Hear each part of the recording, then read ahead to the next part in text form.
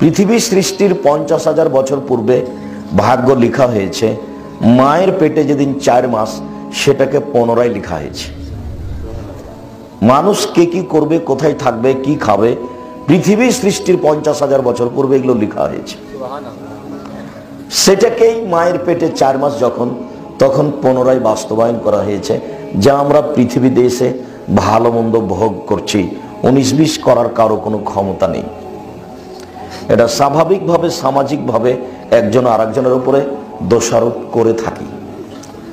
মাঝে মধ্যে আমি বলেছি, সেদিন আপনাদেরকে বলছিলাম যে 3 শ্রেণীর মানুষের সাথে আল্লাহ কথা বলবেন না। 3 শ্রেণীর মানুষ জাহান্নামে যাবে। তার এক শ্রেণীর মানুষ হচ্ছে মুকাদ্দেবুন বিল কাদারে, ভাগ্যকে যে অস্বীকার করে। ভাগ্যকে অস্বীকার করা হয় কিভাবে?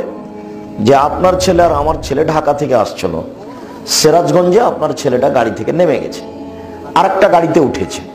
ওই গাড়িটার সামনে অ্যাক্সিডেন্ট হয়ে গেছে, আপনার ছেলের হাত ভেঙে গেছে। এখন আপনি বলছেন, আহারে, আমার ছেলে যদি আগের গাড়ি থেকে না নামতো তাহলে হাত ভাঙতো না। এটা হলো ভাগ্যকে অস্বীকার করা।